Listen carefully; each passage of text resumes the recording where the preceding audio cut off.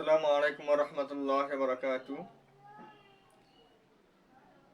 যারা SSC 26 batch আছেন, আপনাদের ধারাবাহিকভাবে আমি অনেকটুকুই ক্লাস নিয়ে ফেলছি অলরেডি। সেট ফাংশন, বীজগাণিতিক রাশি, ব্যবহারিক জ্যামিতি, বৃত্ত, ত্রিকোণমিতিক অনুপাত, এই অধ্যায়গুলো শেষ করছি আমি। এমসিকিউ এর জন্য যা আলোচনা করছি এগুলোর মধ্যে এগুলা আপনারা কভার করলে আপনাদের এতটুকু প্রস্তুতি হয়ে যাবে। এর পরবর্তী আমাদের আজকের যে অধ্যায়টি সেটা হচ্ছে বীজগাণিতিক অনুপাত সমানুপাত। অধ্যায়টি তুলনামূলকভাবে অনেকটুকুই সহজ, অন্যান্য অধ্যায়ের তুলনায় এই অধ্যায়টা সহজ। খুবই ছোট্ট একটি অধ্যায়।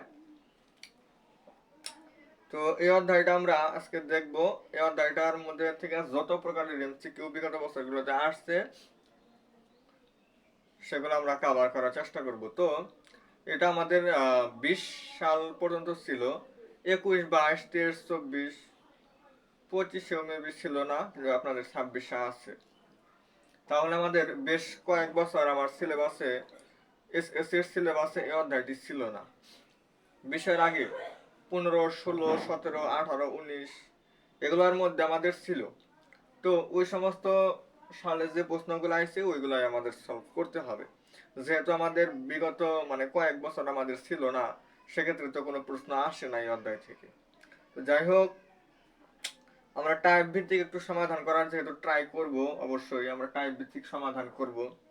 এটা হচ্ছে আপনাদের বীজগাণিতিক অনুপাত সমানুপাত, যেটা হচ্ছে আপনাদের যে সাধারণ গণিত বইটা, এটার হচ্ছে 11 নম্বর অধ্যায়। তো এই অধ্যায়টা আমরা প্রথমে যে জিনিসটা পড়বো সেটা হচ্ছে আমাদের এগুলা হচ্ছে অনুপাত। অনুপাত মানে কি? অনুপাত দেওয়া থাকবে। অনুপাত মানে হচ্ছে একটা ভগ্নাংশ। একটা ভগ্নাংশ দেওয়া থাকবে, ওইখান থেকে আমাদের বিভিন্ন ইনফরমেশন আমাকে বের করতে হবে। যেমন লসাগু গসাগু বের করতে বলতে পারে, অথবা ক্রয় মূল্য বিক্রয় মূল্য, অথবা হইতেছে পিতা পুত্রের যে ম্যাথ গুলো, আমরা এটা কিন্তু একটা খুব কমন একটা ম্যাথ। এটা আমরা প্রত্যেক বছর একদম ক্লাস 3-4 থেকে শুরু করছি। প্রত্যেক ক্লাসে কিন্তু আমাদের এই পিতা পুত্রের ম্যাথ আছে। তো আমাদের যে নবম দশম শ্রেণীতে যে পিতা পুত্রের ম্যাথ সেটা আছে অবশ্যই, এবং সেটা হচ্ছে এই 11 নম্বর অধ্যায়ে আছে। এই 11 নম্বর অধ্যায়ে আমাদের পিতা পুত্রের এবং মাতা কন্যার যে ম্যাথ ওইগুলা আছে। যাই হোক, আমরা টাইপ লসাগু গসাগু সংক্রান্ত যে বিষয়গুলো আছে সেগুলো আমরা একটু দেখি। এখানে আমাদের দুইটা সংখ্যার অনুপাত দিয়ে দিছে। দুইটা সংখ্যা কি কি সেটা আমাকে কিন্তু বলে নাই। এর নামই হচ্ছে অনুপাত। এই অধ্যায়ের নামই হচ্ছে অনুপাত, অর্থাৎ আমার অনুপাত দেওয়া থাকবে। তাহলে দুইটা সংখ্যার অনুপাত দেওয়া আছে হচ্ছে 2:3।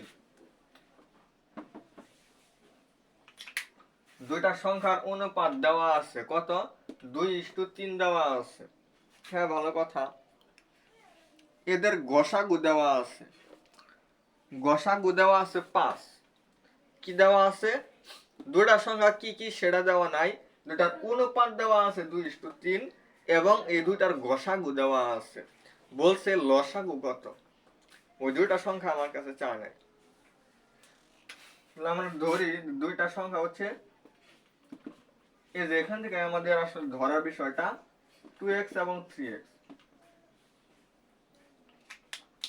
এইভাবে আমরা ধরবো 2x এবং 3x। এখন এই দুইটার গসাগু, তাহলে গসাগু কি হবে? গসাগুর পূর্ণরূপ হচ্ছে গরিষ্ঠ সাধারণ গুণনীয়ক আর লঘিষ্ঠ সাধারণ গুণিতক গসাগুর ক্ষেত্রে। তো যাই হোক, দেখেন গসাগু আমরা কিভাবে বের করব। যেটা দুইটার মধ্যে আছে, যেমন এখানেও আমার x আছে, এখানেও x আছে। যে দুটা জিনিস মিল থাকবে, দুইটার মধ্যে যে জিনিসটা মিল থাকবে ওইটাই হচ্ছে গসাগু। তাহলে এটার মধ্যে x আছে, এটার মধ্যে x আছে, আমাদের গসাগু হচ্ছে x। আর লসাগু, লসাগু হচ্ছে দুইটার মধ্যে যেটা মিল আছে ওইটা নিব, আর যেগুলো মিল নেই ওগুলো নিব। তাহলে আসে 6x। এতটুকু আশা করি আপনারা বুঝতে পারছেন। সাপোজ অনুপাত যদি আমার 2:3 না হয়ে, মনে রাখবেন যদি a:b হয়, তাহলে আপনারা দুইটা ধরে নেবেন হচ্ছে সংখ্যা ax এবং bx। এরকম ভাবে আপনারা ধরে নেবেন।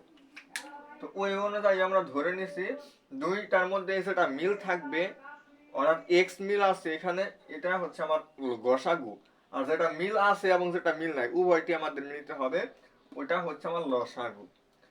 এখন আমাদের যে গসাগু, এই গসাগু আমাদের দেওয়া আছে কত 5, গসাগু মানে কত এক্স, এক্স এর মান আমরা কত পাইলাম 5, 6 ইন্টু এই যেটার মধ্যে যখন 5 বসাইলাম, 5 6 কত হইল 30। তাহলে আমাদের লসাগু কত 30। আশা করি আপনাদের একটু বোঝাইতে পারছি যে আসলে গসাগুটা 30 কিভাবে আসলো। মানে ওই দুইটা সংখ্যা কি কি সেটা আমি এখনো জানি না, কিন্তু আমি এতটুকু বলে দিতে পারলাম যে এই দুইটা যে সংখ্যা আছে এই দুইটার লসাগু হচ্ছে 30। লসাগু কত হবে? অবশ্যই 30 হবে। তো এটার নিয়মে আমাদের বেশ কিছু ম্যাথ আছে, এবং এটা কিন্তু আমাদের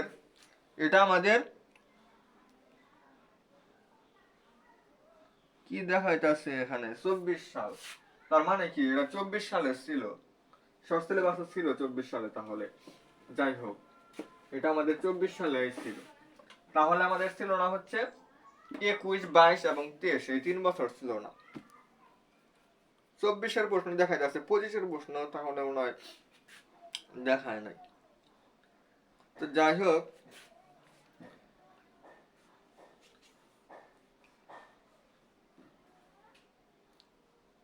দেখেন এটার নিয়মে আমরা আরেকটা ম্যাথ সলভ করি।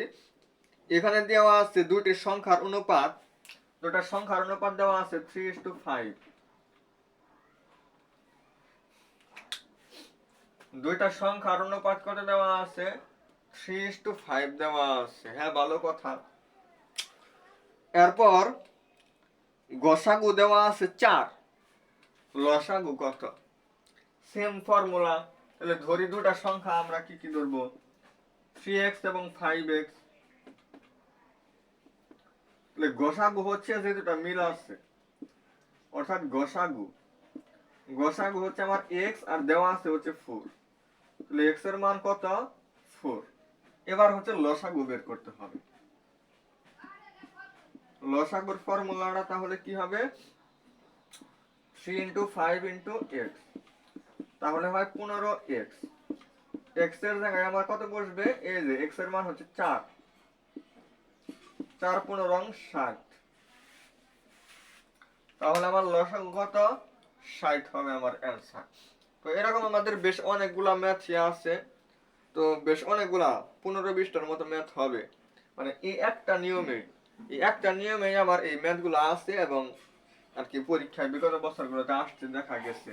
তো এটা একটু ইম্পর্টেন্ট আছে, এটা আপনারা একটু দেখবেন। তাহলে আমরা এর পরবর্তীতে যাইতে পারি। দেখেন, ক্রমিক সমানুপাতি এ বি সি হতে পারে, অথবা এক্স ওয়াই জেড হতে পারে।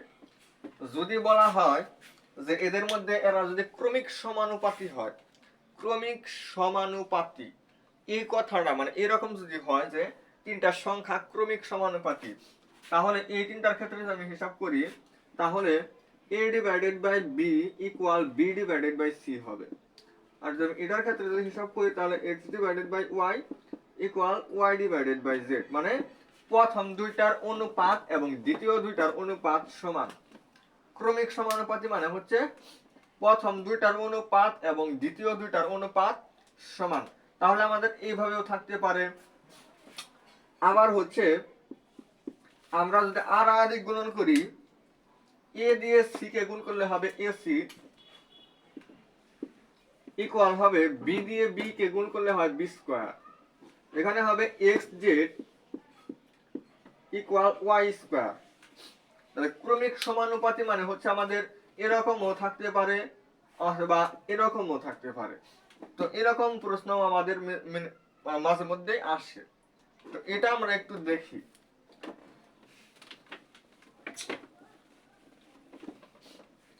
বলছে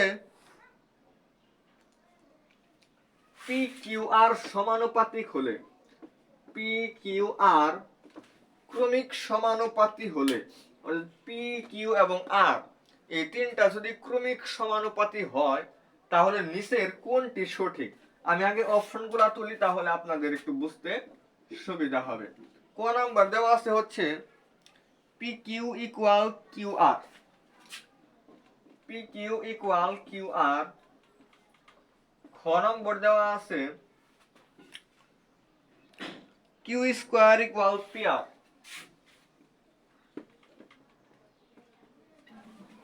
এরপর হচ্ছে P square equal Q R, P square equal Q R. আর হচ্ছে পি ইকুয়াল কিউ ইকুয়াল আর।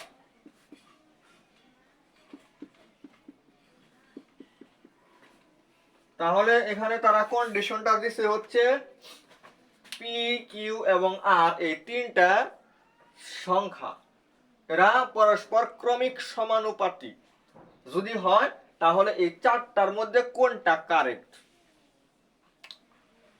এটা আপনার এখন বুঝতে হবে। মানে এটা বের করে আমাকে বলতে হবে এটা কি। যদি ক্রমিক সমানুপাতিক হয় তাহলে প্রথম দুটার অনুপাত এবং দ্বিতীয় দুটার অনুপাত সমান হয়, অর্থাৎ পি ভাগ কিউ ইকুয়াল কিউ ভাগ আর। আর গুণন করলে হয় Q square equal P R, এটা হয়। Q square equal P R কোনটার মধ্যে আছে? এ যেটার মধ্যে, এটা তো ইকুয়াল হবে তাই না, সবগুলোর মধ্যে ইকুয়াল, মাইনাস নাই কোথাও। তাহলে Q square equal P R যদি হয় তাহলে এটার সাথে আমার খ নম্বর মিলতেছে, তার মানে এটা হবে আমাদের কারেক্ট অ্যান্সার। তাহলে ক্রমিক সমানুপাতি আমাদের এ বি সি দিয়েও দিতে পারে, এম এন ও দিয়েও দিতে পারে, পি কিউ আর দিয়ে দিতে পারে, এক্স ওয়াই জেড দিয়ে দিতে পারে, বা আমার এরকম চলকের মান নির্ণয় দিতে পারে। মানে এরকম বিষয় থেকে আমার চলকের মান নির্ণয় দিতে পারে। এই বিষয়গুলো আপনাদেরকে আমি একটু ক্লিয়ার করি।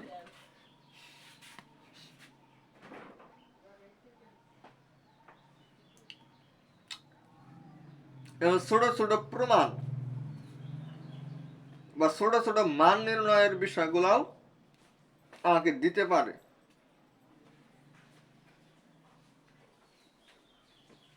যেমন বলছে পি কিউ আর যদি সমানুপাতিক হয়, পরস্পর সমানুপাতিক হয়, তাহলে সেখান থেকে আমরা কি শিখছি? Q square equal P R, এটা আমরা জানি যে পি কিউ আর সমানুপাতিক হইলে তাহলে আমাদের এরকম হয়। এখন বলছে যে পি কিউ আর যদি সমানুপাতিক হয় তাহলে P square plus Q square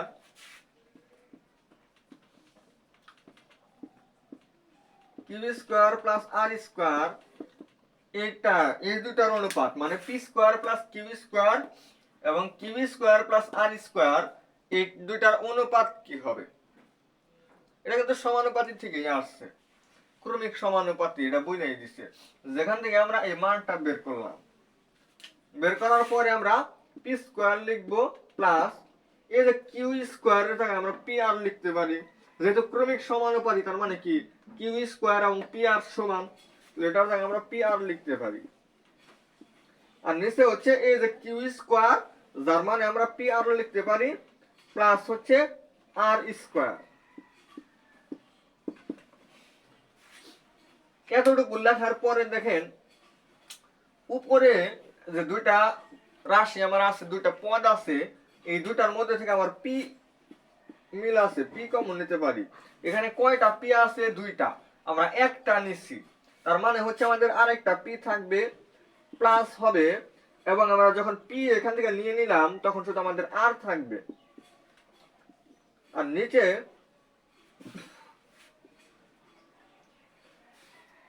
P R এবং আর স্কোয়ার দুইটার মধ্যে আমার কি মিল আছে? আর মিল আছে। তাহলে আমরা আর কমন নিব, আর কমন নিলে এখানে যখন আমি আর নিয়ে ফেলছি তখন আমার শুধু পি থাকবে, প্লাস এখানে দুইটা আর, এর মধ্যে থেকে আমরা একটা আর নিচ্ছি আর একটা আর এখানে আছে। তাহলেই আমাদের দেখেন কত সহজ। এখন উপরেও পি প্লাস আর, নিচেও পি প্লাস আর, কি আকারে আছে? উপরেও গুণন আকারে আছে, নিচেও গুণন আকারে আছে। তাহলে উভয় জায়গায় যদি সেম জিনিসটা আমার একই অবস্থায় থাকে তাহলে আমরা কি করতে পারি, কাটা দিতে পারি। উপরে শুধু থাকবে আমার পি আর নিচে থাকবে হচ্ছে আর। তাহলে পি কিউ আর যদি সমানুপাতি হয়, ক্রমিক সমানুপাতি হয়, তাহলে P square plus Q square divided by Q square plus R square সমান হয় পি ডিভাইডেড বাই আর।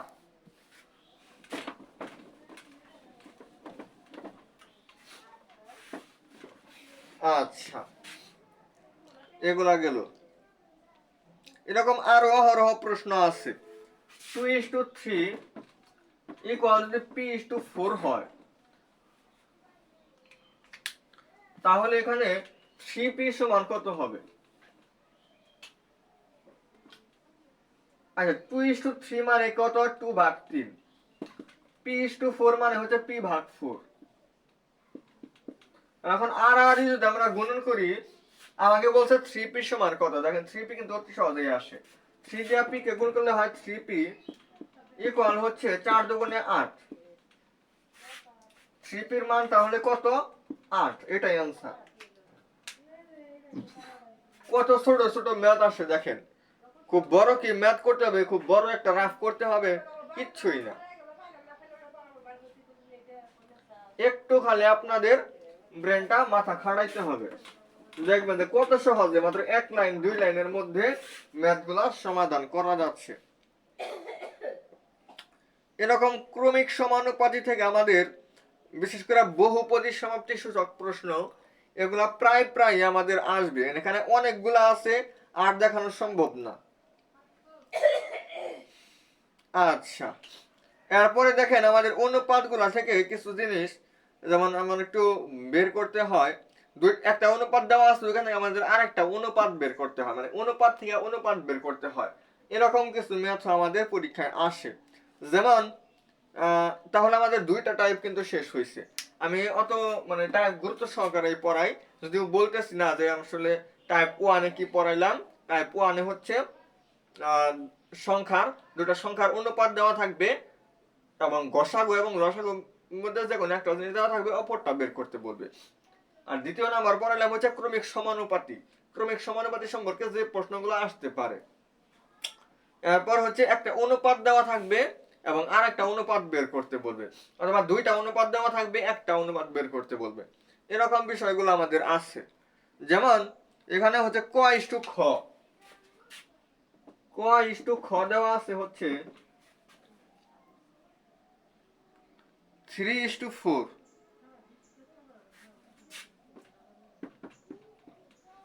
এবং খ/গ এটা হচ্ছে 5:6।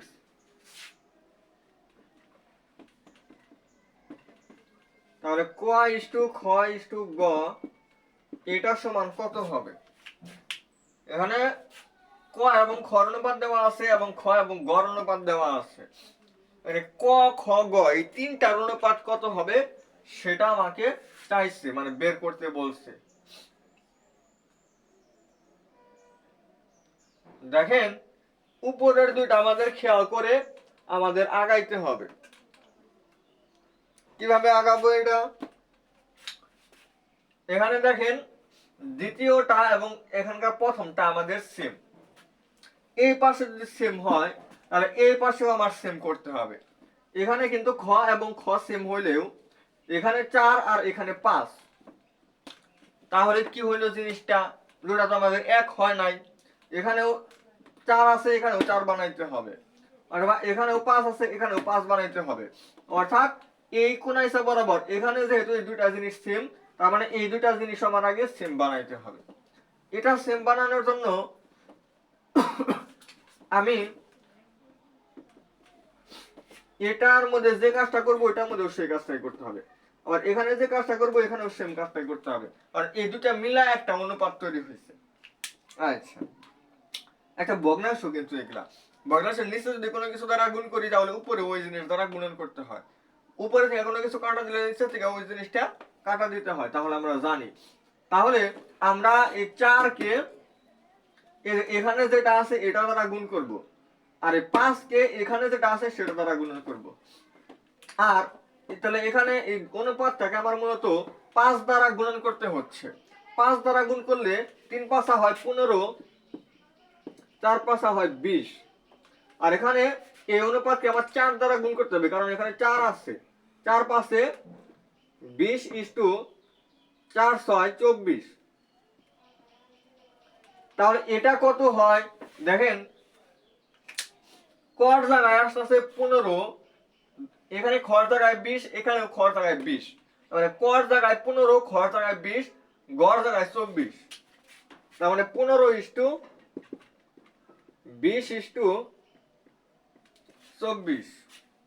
15:20:24। তো এটা আসলে আমাদের অ্যান্সার আসলো। তাহলে এইভাবে আমরা সলভ করতে পারি। তো এরকম ম্যাথ আমাদের প্রায় পরীক্ষায় আসবে।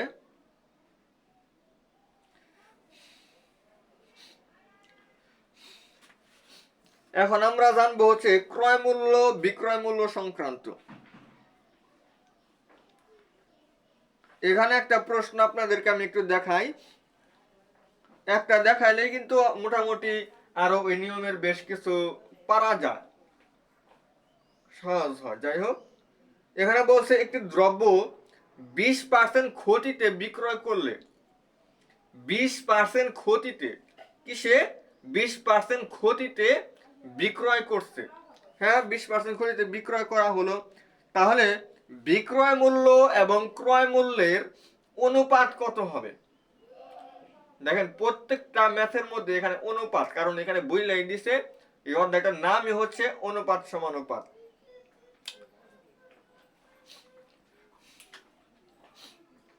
ক্রয় মূল্য মানে আমি যে টাকা দিয়ে একটা বস্তু কিনলাম, এটা হচ্ছে আমার ক্রয় মূল্য। আর যে মানে ক্রয় করলাম আর কি, ক্রয় করা মানে কেনা, আমি কিনলাম।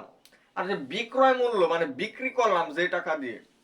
এখন আমি যত টাকা দিয়ে কিনছি এর থেকে যদি বেশি পরিমাণে, সাপোজ 10 টাকা দিয়ে কিনছি, 12 টাকায় বিক্রি করলাম, তাহলে আমি যদি যদি দেখেন যে বিক্রয় মূল্যের তুলনায় ক্রয় মূল্য কম, ক্রয় মূল্য বিক্রয় মূল্য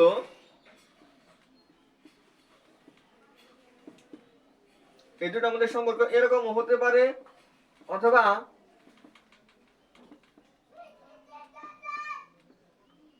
এরকম হতে পারে। এখন কোনটার ক্ষেত্রে কি হবে?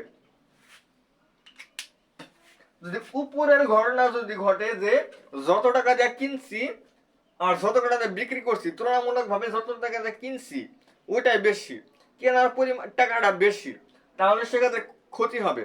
কারণ 10 টাকায় কিনছি, 8 টাকায় বিক্রি করছি, কথার কথা, তাহলে এখানে কি হবে? অবশ্যই ক্ষতি হবে। আর যদি 12 টাকায় বিক্রি করি তাহলে লাভ হবে। তাহলে একটা এখানে কি বলছে যে একটি দ্রব্য 20 টাকা ক্ষতিতে বিক্রয় করা হলো, 20 টাকা ক্ষতিতে, তাহলে ওটার ধরলাম হচ্ছে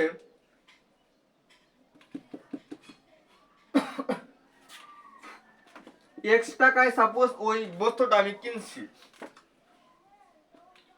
আমরা তো বড়টা থেকে ছোটটা বিয়োগ করি, এক্স এর 20%, এটা হচ্ছে আমার বিক্রয় মূল্য। তাহলে আমার ক্রয় মূল্য হচ্ছে এক্স, আর যেহেতু x% ক্ষতিতে 20% ক্ষতিতে বিক্রয় করছি, তাহলে এটা হবে x মাইনাস এক্স এর মানে ক্রয় মূল্যর 20%।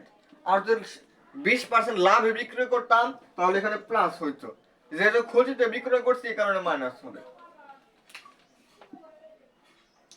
তাহলে x এর মানে কি? এর মানে হচ্ছে গুণন বা ইনটু 20%। মনে রাখবেন x% মানে হচ্ছে 1/100। তাহলে এখানে যেহেতু বলছে 20%, তার মানে হচ্ছে 20/100, অর্থাৎ 1/5। এখন এখন যে কাজটা করতে হবে একটু দেখেন,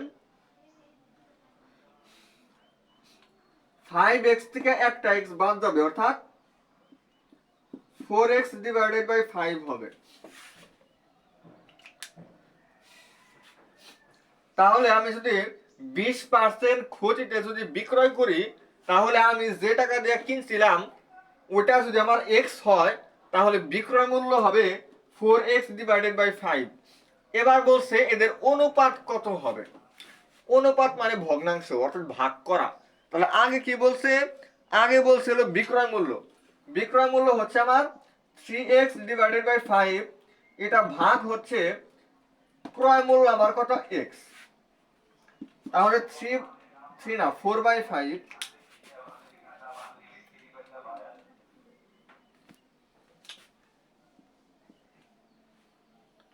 এটাও বুঝতে দেয়। তাহলে এটা 4x/5, আমি ভাগের টাকায় যখন গুণন চিহ্ন দিব, তখন এই x এর নিচে মনে মনে 1 ছিল, এই 1 যাবে উপরে আর এই x আসবে নিচে। এই x এবং এই x কাটা যাবে, তাহলে আমাদের থাকবে 4:5। তাহলে বুঝতেই পারলেন যে আমাদের যে বিক্রয় মূল্য এবং ক্রয় মূল্য এই দুটার অনুপাত হচ্ছে 4:5। দেখেন আমাদের অ্যান্সার কিন্তু অবশ্যই মিলছে। তাহলে ক্রয় মূল্য এবং বিক্রয় মূল্যের যে বিষয়গুলা, এগুলো আমাদের খুব সুন্দরভাবে বুঝতে হবে। আপনাদেরকে আমি আরো সুন্দরভাবে দেখাই। 25% লাভে, 25% লাভে ক্রয় মূল্য এবং বিক্রয় মূল্যের অনুপাত, লাভ কিন্তু করছে এখানে। তার মানে কি, ক্রয় মূল্যের তুলনায় বিক্রয় মূল্যটা বেশি। এখন আমাকে ধরে নিলাম আর কি, যে ক্রয় মূল্য হচ্ছে x টাকা, অর্থাৎ x টাকা যা কিনছি, তো x এর সাথে আমার আরো অ্যাড হবে। কত পার্সেন্ট টাকা দিয়ে বিক্রি করছি, 25%, মানে x এর 25%। তাহলে x প্লাস x ইন্টু, এর মানে হচ্ছে ইন্টু বা গুণন 25%, মানে হচ্ছে 25 ডিভাইডেড বাই 100। এটাতে এটাকে কাটলে হয় 1/4, 4 আর 1 5, 5x ডিভাইডেড বাই 5। তাহলে আমার ক্রয় মূল্য হচ্ছে এত আর বিক্রয় মূল্য হচ্ছে আমার এত।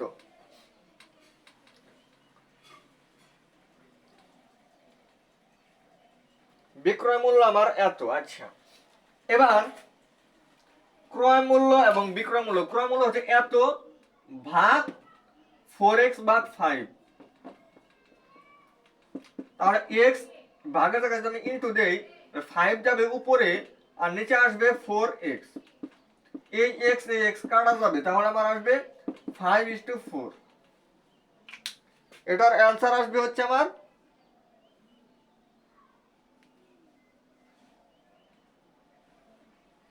মিস্টেক হয়েছে, ভুলটা কোথায় হইল। ক্রয় মূল্য আমার x, বিক্রয় মূল্য আমার ক্রয় মূল্যের সাথে আরো অ্যাড হবে। x এর 25%, তাহলে x প্লাস 25 ইন্টু 25/100 মানে হচ্ছে 1/4। 4 আর 1 তাহলে 5, হ্যাঁ ভুল তো হয়েছেই, 5x/4 হয় এটা, 5x/4 হয়। তাহলে 5x/4, x ভাগ 5x/4, x ইন্টু 4/5x, এটা এটা কাটা, তাহলে হয় 4:5। এবার মিলছে, তাহলে 4:5 এটা হবে আমাদের অ্যান্সার। তো এরকম ক্রয় মূল্য বিক্রয় মূল্য সংক্রান্ত এই বিষয়গুলা আপনারা যদি পারেন, তাহলে আপনাদের মোটামুটি এই অধ্যায়টা আর কিছু লাগবে না।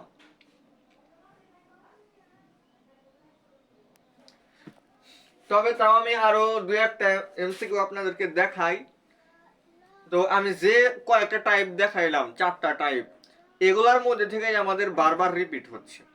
মানে আমাদের যে বিষয়গুলা, যে এমসিকিউ গুলা আসতেছে, আমি যতটুকু বেসিক আলোচনা করছি, যতটুকু আমি আলোচনা করছি, এতটুকু পারলেই আপনারা যে কোনো এমসিকিউ পারবেন। তো তাও আপনাদের জন্য আমি আরো দুই একটা আলোচনা করি। একটা ত্রিভুজের পরিসীমা দেওয়া আছে 144 সেন্টিমিটার। পরিসীমা করে দেওয়া আছে 144 সেন্টিমিটার। তিনটা বাহু কিন্তু থাকে ত্রিভুজটা। তিনটা বাহুর অনুপাত দেওয়া আছে হচ্ছে 3:4:5। তিনটা বাহুর দৈর্ঘ্য কি দেওয়া আছে 3:4:5 এবং পরিসীমা দেওয়া আছে 144। বলছে যে একদম ক্ষুদ্রতম যে বাহুটা, মানে যে বাহুটা এই তিনটা বাহুর মধ্যে সব থেকে ছোট, সেই বাহুর দৈর্ঘ্যটা কত, এটা দেওয়া আছে আমাদের কত 144 কিসে দেওয়া আছে, সেন্টিমিটারে দেওয়া আছে। তাহলে এটাই আমরা ইউজ করব যে তিনটা বাহু হচ্ছে 3x 4x 5x। এটা তো পরিসীমা দেওয়া আছে। পরিসীমা জিনিসটা কি, এটা মূলত আমাদের এর পরবর্তীতে মানে আগামী সপ্তাহে সোমবারে যে অধ্যায়টা আমরা পড়াবো পরিমিতি, ওই অধ্যায়ের আসলে বেসিক যে আসলে পরিসীমা জিনিসটা কি। পরিসীমা মানে হচ্ছে আমার যে কয়টা বাহু আছে। পরিসীমা ত্রিভুজের ক্ষেত্রেও হতে পারে, চতুর্ভুজের ক্ষেত্রেও হতে পারে, বহুভুজের ক্ষেত্রেও হতে পারে। অর্থাৎ যে কয়টা বাহু থাকবে ওই বাহুগুলার দৈর্ঘ্যের সমষ্টি। সবগুলা বাহুর দৈর্ঘ্য আমি যোগ করব, যোগ করলে যেটা আসবে ওটাই হচ্ছে আমার কি পরিসীমা। এখন পরিসীমা মানে কি, তাহলে তিনটা বাহু হচ্ছে আমার 3x 4x এবং 5x। তাহলে এই তিনটা আমি যোগ করব, যোগ করলে আমার কত হবে 144 মিলবে, কারণ এটাই তো আমাদের পরিসীমা। তাহলে 3x + 4x এটা হচ্ছে আমার 144।